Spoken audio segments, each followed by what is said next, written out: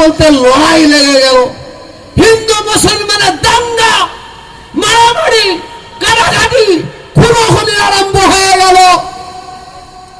ওই দাঙ্গায় 2-10টা হিন্দু উইকেট পড়ে গেছে, 2-10টা মুসলমানের উইকেট পড়ে গেছে। বুঝতে পারছেন? 2-10টা হিন্দু মরে পড়ে আছে, 2-10টা মুসলমান মরে পড়ে আছে। ওই শুকুরি তখন তাড়াতাড়ি উড়ে উড়ে গিয়ে বাচ্চাকে বলছে, চল, তোরা বলেছিলিস না মানুষের মাংস খাবো, চল, কত খাবি খা, কত খাবি খা। এই বাংলায় মানুষ রূপে 2 পায়ে জন্তুর কিছু ঘুরে ঘুরে বেড়াচ্ছে। তাদের কাছে তাদের ধর্মের কোনো সম্মান নাই, তাদের কাছে তাদের মায়ের কোনো সম্মান নাই, তাদের কাছে তাদের বোনের কোনো সম্মান নাই, তাদের কাছে কুর্সির সম্মান। কুর্সিটার জন্য তারা যে কোনো কাজ করতে পারে, যেটা আপনারা লক্ষ্য করলে দেখতে পাবেন। আপনাদের 24 পরগনা সন্দেশখালী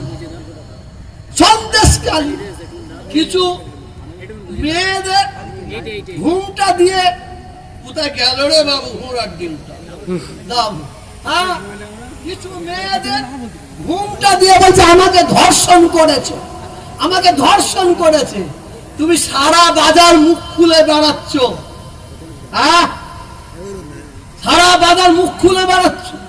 কোন একজন বিজেপির নেতা বলছে কিরকম আগুন জ্বালানো চক্রান্ত, ওই সন্দেশকালীতে যত মহিলা ধর্ষণ হয়েছে সব হিন্দুরা। তার মানে কি বুঝাতে চাইছে যে মুসলমানরা ধর্ষণ করেছে হিন্দু মাবুনকে, এই বলে বাংলায় দেশে আগুন জ্বালাবার চক্রান্ত হচ্ছে। এই পীর গুরাচাঁদ হুজুরের তারা শোনেন এই জলসায় এসে আমি আপনাদের বলছি, আমার হিন্দু ভাইরা আছে, তারা আমার বক্তব্য শুনছে, মুসলমান ভাইরা আছে, তারা আমার বক্তব্য শুনছে। আসুন আমরা সম্প্রীতির হিন্দু, সম্প্রীতির মুসলমান, আসুন আমরা হাতে হাত দিয়ে ওই সাম্প্রদায়িক মনোভাবপূর্ণ ব্যক্তিদের আমরা ইনশাআল্লাহ এই বাংলায় কবর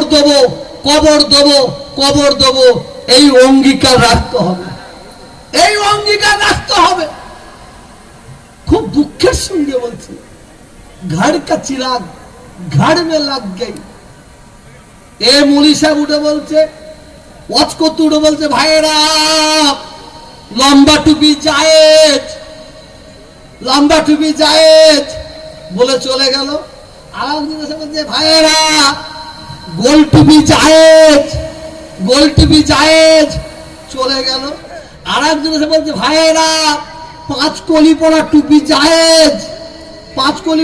জায়েজ। আর একজন বেচারা মানে তার জীবনে প্রথম টুপি মাথায় দিয়েছিল, সে টুপিটা খুলে ছুঁড়ে ফেলে দিয়েছে, দিয়ে বলে, শালা তোর আগে ঠিক কর কোনটা ঠিক। এখন আমরা এ মৌলী সাহেব ওকে গালাগালি করছে, এ পীরজাদা ওকে গালাগালি করছে, সাধারণ মানুষ আমরা বিভ্রান্ত হচ্ছে। আবার বলছে আমি পীর সাহেব, ও বলছে আমি পীর সাহেব, ও পীর হবার খুব শখ। মনে রাখবে, যাকে আল্লাহ কাক সৃষ্টি করে পাঠিয়েছে, সেই কাকটা কালোই থাকবে।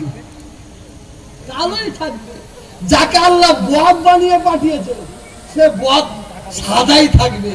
তুমি যতই চুন মেখে বক সারার চেষ্টা করো না কেন, কিন্তু আকাশের আসমানের পানি কিন্তু অপেক্ষা করছে, যখন ঢালবে না মাল ধুয়ে যাবে। আমি তোহা সিদ্দিকী, আমি যখন জলসায় যাই, হ্যান্ডবিলে লেখে পীর জনাব হযরত পীর তোহা সিদ্দিকী, আমি